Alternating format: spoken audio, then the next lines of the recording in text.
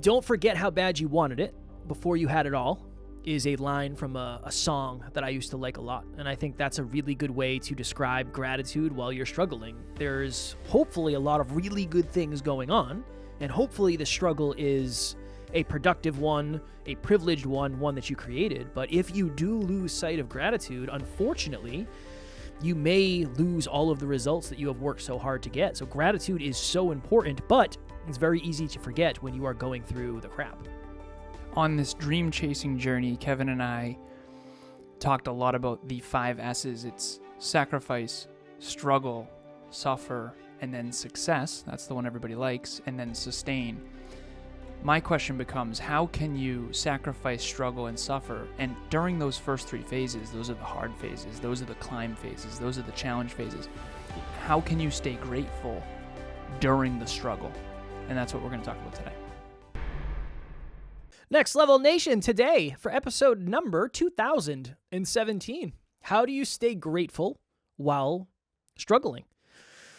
We're all working really hard to accomplish something, whether that's the relationship we want, the body we want, the bank account we want, whatever it is. And I think it's really easy to lose sight of the gratitude, lose sight of the hunger, lose sight of the desire when it shows up on your doorstep, so to speak. I was talking to a client today, and she is very good at what she does. And it's important to throw that out there because the numbers obviously change things. But she has a program. She's in the therapy space. She has a program where she flies out to a client, spends 3 days with them, does this deep, intensive work, and it costs lots of money. Like we're talking, I think the initial down payment for her package is $15,000. Like strong work, good for you. She just got a client. And I said, how does it feel? How did it feel? And she said, different than I thought, for sure. And I said, why? And she said, because now that the money's in, I still have to go do all the work. Like now it's real, and I think if anything, it puts more pressure on me. And I said, I completely understand.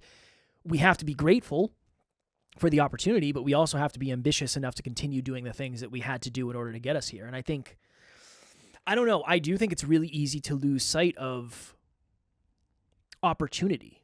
It's really easy to lose the gratitude around overwhelm, even when it's aligned overwhelm. Alan and I are very overwhelmed right now.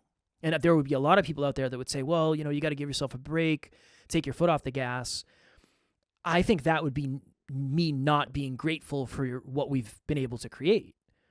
Gratitude is a practice of thankfulness. It is a practice of appreciation. It doesn't necessarily mean you take it easy, though. So that's my perspective to start the episode. We'll see where we end up, but it's hard when you're suffering and when you're struggling and when maybe it doesn't feel like things are going well. I think it's important to realize how far you've come, because maybe your struggle today is what you dreamed of at one point. It's just very easy to forget that when you're in the midst of the shit, so to speak. You remember how I told you last week? Probably last week. I was watching Black Hawk Down, the movie. Yes. So there's certain films that I'll watch that are a good perspective reset, and that one takes place in the 90s, early 90s in Somalia during civil war, and it's a hell of a perspective. I mean, Somalia, I don't know what it looks like now, but in the film, there's no running.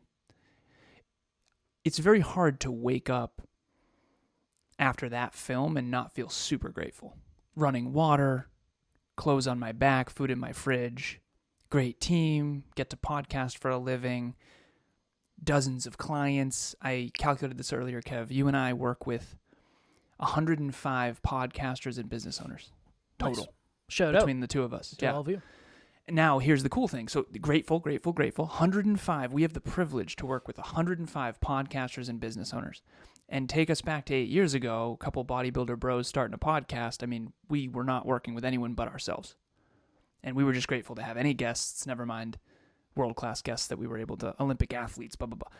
So it's cool to go back and see, holy crap. I mean, we get the privilege of working with 105 podcasters and business owners consistently. And it's not easy to serve 105 podcasters and business owners. That's a lot of pressure. It's a lot of responsibility. 17-person team, amazing, so grateful. Also comes with payroll and a lot of responsibility. And so it's that duality, and I wanted to talk about that today because I was on a podcast earlier with a man named Rory. Awesome interview. And he was so grateful to have me there. He did his research. He has you coming on in a couple weeks. And his focus is helping men who feel stuck. And he was unbelievably grateful, and I was super, super grateful too because I did my research. I mean, he's 180 episodes in. He's got his heart in the right place, and I can tell. After 8 years of doing this, I could just tell. So I knew this would be great. Humble, grateful guy. And I'm sitting there going, I'm grateful. So thank you so much for thanking me for being here, but I'm also grateful to be here. And this is what I said in the interview. I said, I remember there was a time in my life where I wanted to help people with self-improvement, personal growth, and personal development when no one wanted to listen to me. So I'm very grateful to be here and be able to speak into the lives of your viewers and listeners. And I said this, I said, anyone out there watching or listening, I don't take it lightly that I'm in your ears. Because what you feed your mind is dictating a large part, influencing a large part of your future. So I won't waste a second of anyone's time. Let's rock and roll. And I just think that it's hard when you're struggling to be grateful for the very thing that is feeling like a struggle. I told Kevin this morning. I woke up this morning feeling pretty tired, exhausted, overwhelmed, because Kevin and I worked all day yesterday preparing for our event, Next Level Live. By the way, the amount of value that the hours we're putting into this. If you're out there watching or listening, please, $47. I'm not saying this because I want your $47. I'm saying this because if we don't charge $47, we're going to lose money on this event. We're flying Amy out. It's a whole thing. But the point is you're going to get a ton of value. I mean, Kevin and I are pouring hours and hours and hours and hours into this content to make it as valuable as humanly possible. Please, please, please let us pour into you. Give us the privilege of doing that. So I woke up this morning and we made more in our business last week than pretty much ever. And I'm very, very proud of us. But I had this weird moment of, I feel like a failure right now, kind of, because I'm overwhelmed and I'm failing at so many things. I have clients I haven't gotten back to. I haven't updated my stats. Okay, this, that, and the other thing. I'm averaging right now, I looked at my stats. I'm averaging 46 for the entire quarter. So in 2025, I'm averaging 46 coaching, training, and podcasting. My PR is 53. So again, this is the moment I had when I woke up. And this is for anyone watching or listening. I was sitting there feeling like a failure. Not on the macro, but in the moment, definitely like, shit, how am I going to do this today? We ended work at 9 o'clock last night. Yeah, it was 9:30, I think. 9:30. I think it was close. How am I going to do this today? How am I going to show up? And I was like, you know what, Alan? And I went over to the board and I saw how we're doing. I saw that we had the biggest week, a big week. I'll just say a big week last week. I said, how interesting is it that we're more successful than we've ever been, you and I collectively, Next Level University, the company, and I feel like shit about myself. What is that about? Now, I don't actually feel terrible about myself. Let me rephrase. I have high self-esteem. I feel good. What I mean, though, is that how do you hold the duality of struggle? Because we're struggling. Not because we suck, not because we're bad, but because we're overwhelmed, because we're squatting a lot of weight in this metaphor. And how do I wake up and be grateful for a full calendar? How do I wake up and be grateful to coach my clients today? How do I wake up and be grateful to show up for Kev? How do I wake up and be grateful to show up for the team? How do I wake up and be grateful to show up to Rory's podcast? Because in the beginning, it would have been amazing to even want anyone to hear me. So it's that duality of climbing this mountain for all you dream chasers out there is a effing struggle. It is brutal. It is unrelenting. It's a struggle. And when you achieve levels of success, which you will if you stick with it, you got to hold on to that gratitude. You got to hold on to that gratitude because the attitude of gratitude, that's one thing I can analyze upside down and sideways. I can't think of a single downside. Of gratitude? Yeah. Same. Unless you lose your hunger. Yeah. I think it is. Complacency, and gratitude, but I don't think gratitude means complacency. I would use complacency for that. I agree. Yeah. Yeah. I think it's the juggling act of gratitude and grind, whatever. I like putting words together that have the same letters. I like alliteration, but you could say gratitude and hunger. It's the same thing of, okay, when you do get so many of the results you wanted, how do you stay hungry too? How do you continue? How do you? Everything goes away if I don't. It's really easy to get a really big client and then forget how much work it's going to be. And then when the work starts, it's like, oh, this kind of sucks. And if you don't do the work, there goes the client. Of course. Well, of course. Yeah. Things have to get better after you get the client, not worse. Right? That's if things don't trend upwards after you get the client does not stick around for very long. Understandably so. They should go find somebody who can get them better results. That's why they're working with you. So I think it's just a reminder of one of the things that works really well for me is environmental reminders. So I usually go to the gym in the morning. When I'm driving back from the gym, there is a company that I don't know exactly where their headquarters is, but it's down one of the streets off the intersection I have to sit at on my way home from the gym. And I'll see them, the whole fleet of their vehicles. So I used to do weatherization, so think insulation and that type of stuff. I'll see the whole fleet of their trucks driving down the highway or getting ready to get on the highway at 7 o'clock when I'm coming home from the gym, or 7:30 or 8, depending on what day it is. They work different hours. And I always think to myself, it could be me doing that still. Now, again, if you're out there and you do that and you love it, awesome. Shout out to you. I did not love it. I loved the money. I didn't like what I was doing. Okay, you have a bunch of calls today. Kev, brother, you get to work in your pajamas from your home. You don't have to leave. You don't ever really have to leave the house if you don't want to. That's pretty freaking cool.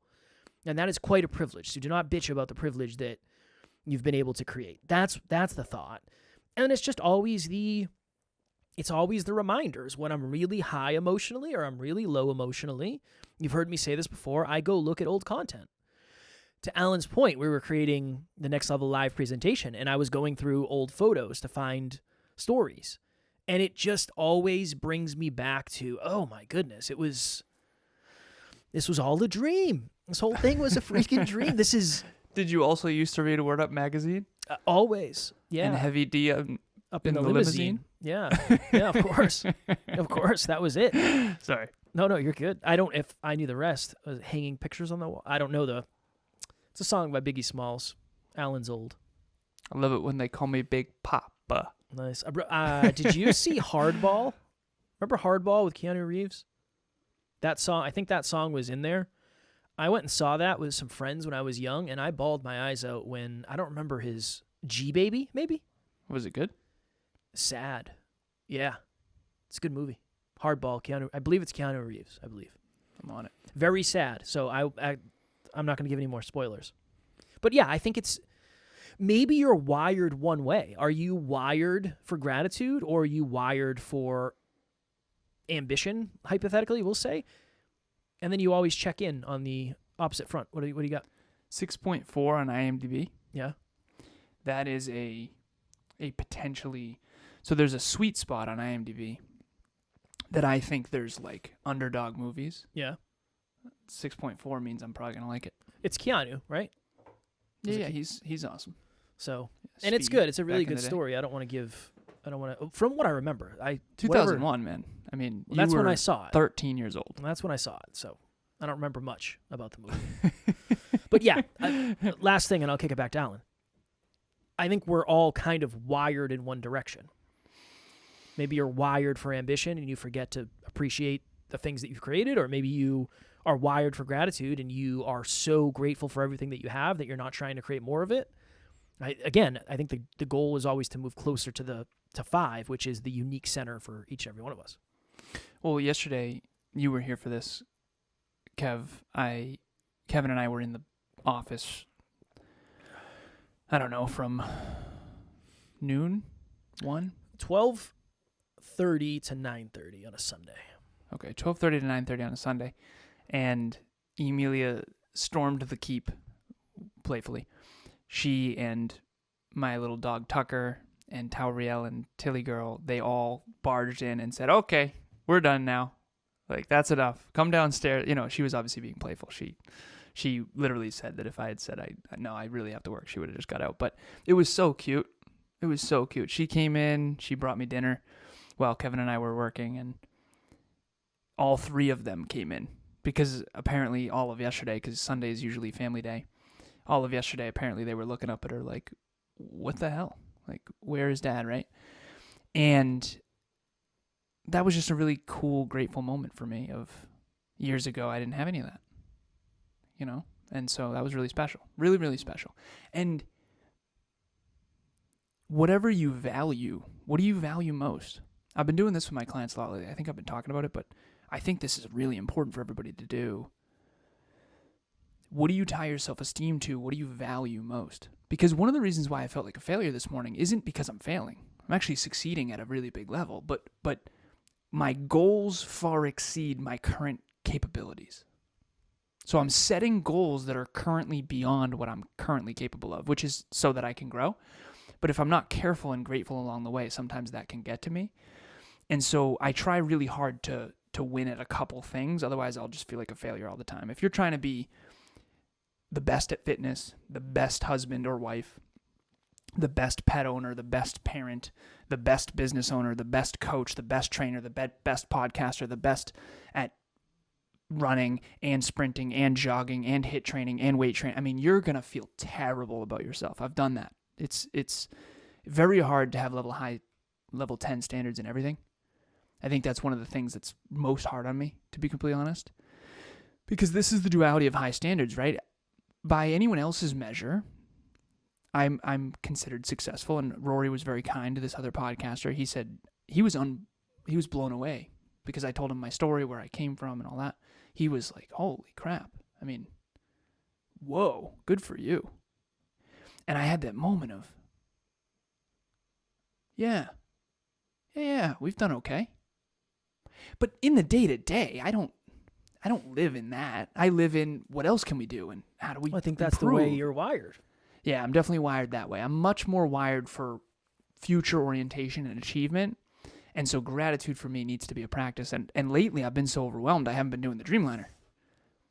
So achieve your dreams 90 days at a time. We've got this Next Level Dreamliner. Link will be in the show notes, by the way.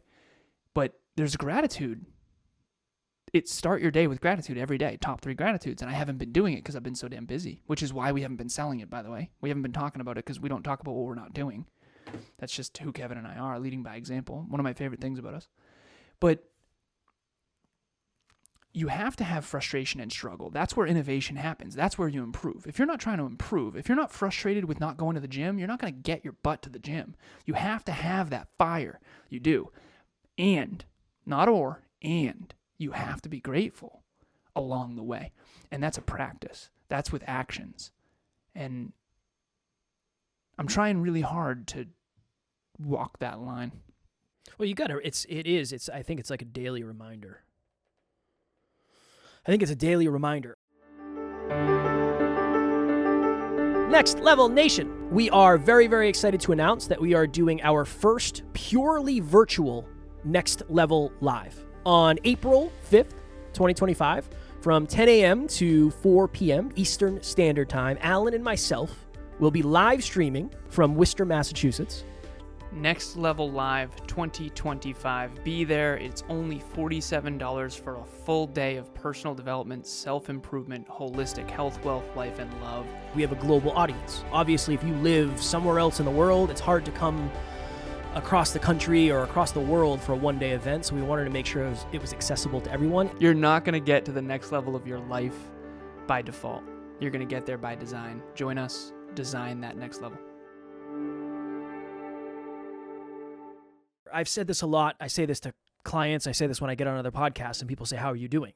And some days I'll say I'm living the dream. Other days like, it's okay. I'm all right. I'm surviving. And I say I much prefer the overwhelm of abundance to the overwhelm of scarcity. I much prefer having too much to do rather than too many crickets. I mean, one is it's far more progress than the other one is. It's far more productive. It's far more constructive. But I do have to remind myself of that. I mean, there's a lot going. I had a client call me today, went to voicemail. I got to find a way to respond to that. I have a meeting after this. I got to hop on a phone call with someone to make sure something goes right. Like, there is always something going on. But in the old days, there was always a thought of how do I make something happen. Yep. And that sucks worse. Yeah, it does. You can decide, okay, if the faucet isn't on and there's nothing coming out of the faucet, that is a very rough place to be. If the faucet is cranking and there's too much water coming out, you can turn off the water to go get another bucket and then turn the faucet back on when you have the bucket if you want, right? I wouldn't suggest it because the faucet has a weird way of getting stuck closed when you close it for too long. So be very, very cautious when it comes to that. But that's up to you. That's you and your prerogative. Which would you prefer? I would much prefer a stream of water that I can't handle, that I can filter, and I can slow down depending on if I want to kink the hose a little bit, as opposed to sitting there with a bunch of buckets and having no water. I'd much prefer the other one. And I think it's easy to talk about, oh, what's it going to be like when? And then eventually when happens. And there are downsides. Alan says this all the time. Success makes life harder, not easier. And I 100% agree with that. And there are downsides of success that you just don't see yet. And that is a really big piece of it. Again, I'm a business owner and I own my own business. I'm an entrepreneur. I work for my clients. That is just the way it works. Somebody said, hey, do you have time to hop on a call today? I don't want to do it. I don't really want to do it. I'd rather do something else. But yes, I do. What time do you works? also want clients? Right. What time works? What time works for you? I'll Why find don't a way you to think make it that work. is more common understanding? Because from the outside in versus the inside out, that's the base problem. Because people always say that too. What's it like being your own boss? It's like, well, I'm not. It's the best, and I'm technically employed by 105 podcasters and business owners that we work with, because if it wasn't for them, I couldn't pay my goddamn bills. So it's not sexy. I think it's because it's not. You don't sell the non-sexy things. You don't sell the, like, I'm sure being a movie star is amazing, but they work like 16 hours a day, pretty much all the time when they're shooting a movie, and they got to travel and they got to do press. The paparazzi, they got to be away from their family. They got to be away from their family, lose weight, gain weight, put on this costume, do this, memorize these lines. Oh, you know what? That didn't work. We got to do the shoot another 50 times. Like, another take. That wasn't it. Another take. That I'm sure being one of the main actors or actresses in Titanic was amazing. The water was cold as shit. People were getting close to frostbite. Somebody put acid, I think, or LSD in the food or something. Something Seriously? happened. Yeah, maybe, I don't know if it was food poisoning or somebody drugged. I think it was on Titanic. James Cameron is a really hard dude to work for, evidently, because he has very high standards. Mm-hmm. Yeah, it's probably awesome to be in one of the highest grossing films of all time. But there's also a lot of stuff behind the scenes that you just don't see. I'm sure being a rapper is amazing. I'm sure that's awesome.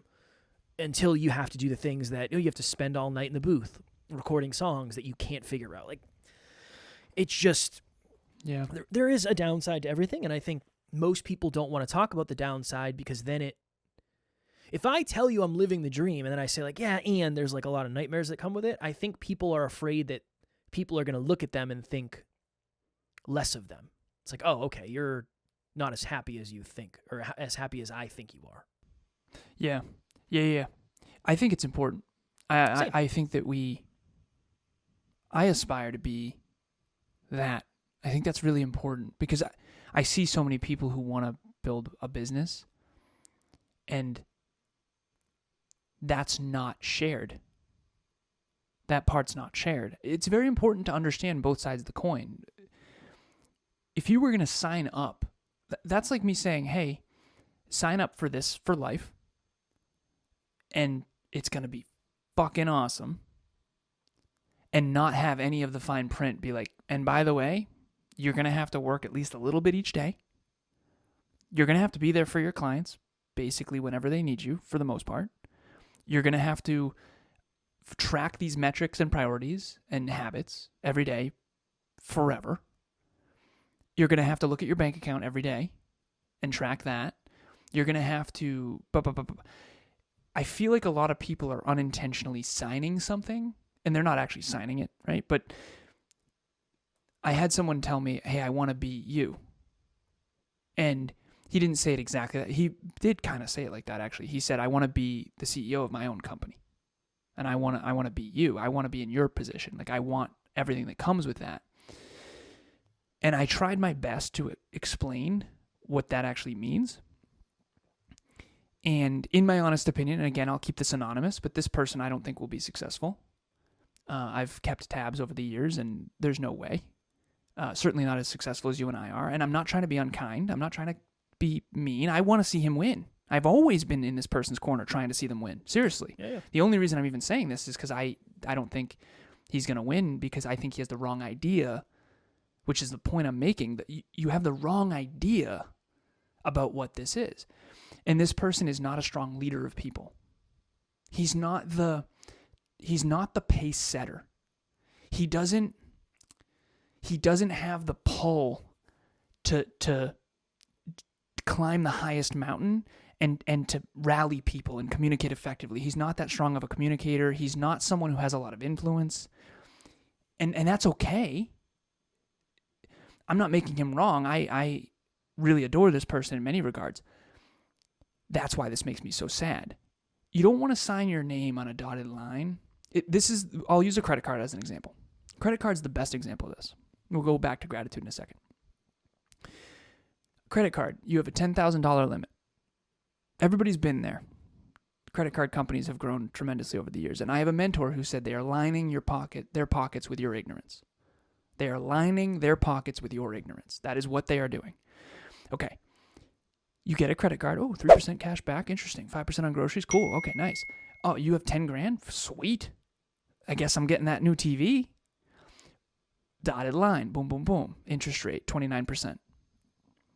You're paying that minimum for how long? 20 years? Look at how much you end up paying for that 10 grand. It's insane when you look at the numbers. I think that that's what happens when someone isn't upfront about the truth of beneath the iceberg of their dreams. And Kevin and I aspire to do that. We're not saying not to chase your dreams. We're not saying not to build a company. We're not saying not to start a podcast. We actually think you should do all those things if they're aligned for you. We just want you to do them informed. And I don't want you and I pretending that all of this is fucking sunshine and rainbows, man. I'm grateful, and it's certainly better than what it was. And I'm with you all day on the crickets thing. I say that all the time. People always ask, how are you? That's the first thing they always say when you come on their podcast. How are you? I said it today. I said, I'm great. I'm overwhelmed, but I'm great because I remember what it was like when it was crickets in the beginning and no one cared what I had to say. So, but success is earned every day. It's earned every day. And the moment you get arrogant and entitled and you think it's going to just flow like the salmon of the Capistrano, you are going to lose your success. You're going to lose your edge. You're going to lose your humility, and you're going to get hit in the head with a fucking brick. And I just don't want to see that happen to any more people who lose sight of what it really takes to build success and to achieve your dreams. Here's an analogy or an example or metaphor or simile or whatever it is. I don't know. And then I'll kick it to Alan for a next level lesson. This is my next level lesson. When you get the sex talk, the birds and the bees, what is the person saying to you? They're saying, I know. You're being exposed to this thing that seems really, really, really good, really, really, really fun. And it is cool. And there also are some things that you need to know because right now you're just not aware of the downsides. You're only looking at the upsides. Because, I don't know, you watch movies and they only really sell the upsides. And you watch music videos and it's just sexualized, right? They're not explaining anything in these movies or these music videos or whatever. Here are the downsides. Now you're informed. Now you go do your thing, you be safe, and you make sure you don't make any mistakes. And now you get to decide whether or not now is the time that you want to do this. I think it's the same thing with dream chasing. The same exact thing of, I wonder if we would do it differently if we only did one episode a week, because we would feel like we have to. I think we would do it the same, honestly. I really do. But there's so much in between. Yeah. And I think if I wrote a book, how much of that would I want to be like success principles and how to actually get there? And then maybe there'd be a chapter of like, okay, if you made it this far, strong work. Also, here's all the sucky things that I didn't put in the beginning because I actually wanted you to get value. Yeah. And when we both have books, which we will in the future, I think that it'll probably be, here's what we achieved, here's how we did it, here's what you can do, and here's the downside. And I think that that's what we do. That's what Next Level You is all about. It's not about being Kevin or Alan. It's about being the best version of yourself and understanding what that means. And I think that's what maturity is too, right? I mean, I told the kids that I spoke to last week, and I got a message from the professor that said everyone loved your talk except for one person. He said, long story. I'm assuming this person was not a fan of me. Hard judge. Tough cookie to You crack. Can't get them all. Get them all. And I think I know who it is. But he asked a very attacky question. I triggered him a lot. I didn't mean to, but it is what it is. So you give a speech in front of 50 people, you're going to get 50 opinions, right? 50 perspectives. But anyways, so my next level lesson. How can you stay grateful? Yeah. Life is a struggle a lot of the time, particularly if you're climbing toward and building something meaningful. Okay. If that's true, how can you try your best to stay grateful along the way? And then when the springtime comes and it's, whoa, this is fucking awesome, then you're still grateful and you stay humble so that the next time around you can keep increasing. For me, anytime I've ever gotten entitled, it always fucked up my life. It really did. Whenever I lost gratitude, things always went downhill. Makes sense. What is gratitude? It's you appreciating what you have. That's all it is. And when you stop appreciating what you have, I saw something the other day. It was next time you look at your partner and you see every single one of their flaws and all that blah, blah, blah, blah, and you wish this was different about them, you wish that was different about them. And I'm not saying to do this, it's just an example. Take their picture and make a dating profile and see how many people out there that would reach out to them with the utmost excitement and the utmost appreciation and the utmost gratitude. Again, dangerous game for sure. Your partner finds out you did that. She'd get more messages than I would. I'm certain of that. You're going to have to find gratitude somewhere else with a different person maybe. But that's all that is a perspective shift, right? It's like, I'm grateful for Alan, and sometimes I have to perspective shift when he's late or whatever. Just like he has to perspective shift when I say, hey, I want to do this dumb shit. Like, maybe eventually. But Kev says, hey, did you know that a 95-inch TV is only $775? It's a bargain. It's a bargain at half the price. It would be irresponsible not to take advantage of that offer. You funny. But yeah, I think if you have a gratitude practice every day and you have an ambition practice every day, I think you're going to be in a pretty good spot. And one of those probably comes more naturally to you. So that's a self-awareness thing. Boom. All right. April 5th, 2025, as Alan mentioned, I feel really, really, really good about Next Level Live. So we spent 9.5 hours. Oh, we probably spent 7 of those hours on the presentation, and we have more hours to put in, but this is easily the best thing we've ever created, and we don't talk about stuff unless we believe in it, so I very, very much believe in this. Tickets are only $47. We want to make sure it's affordable. We want to make sure that no matter where you are in your personal development journey, you can attend, and everybody who buys a ticket has access to the replay. So you can pop in and out. I know Saturday can be a challenge, but we wanted to make sure that you would have the opportunity if you're interested. So we'll have the link in the show notes. We'd love to have you. Come join us. Let's party. We're having a meetup that was scheduled the week before Next Level Live. It's going to be a Next Level Live primer. I'm going to put the link in the show notes here for anyone who is attending Next Level Live. So this is totally free. You can come to this even if you're not coming to Next Level Live, but it's primarily going to be a primer to create. So Aura Ring has a readiness score, and it basically says, hey, go get a kick-ass lift in because you are ready to rock. Or, hey, Alan, you need to take it fucking easy because you are burning yourself to the ground. So if you have a high readiness score, what we're basically trying to do is monthly meetup will basically be it'll increase the readiness score. Open heart, open mind, open hands, people ready to do the work, humility, courage, vulnerability. It's going to be a primer to prepare everyone for Next Level Live. So Next Level Live, 6 hours, pop in and out, totally virtual. The monthly meetup will be the Thursday before it. I'll put the link in the show notes if you want to register. To be as clear as possible, the monthly meetup is free. You can register for free right now, always. We do them every month. Next Level Live is $47. That link will also be in the show notes. We hope to see you there. At both. Yeah, I would love to have you at both. As always, we love you. We appreciate you. Grateful for each and every one of you. At NLU, we don't have fans. We have family. We will talk to you all tomorrow. Keep it next level. Next Level Nation.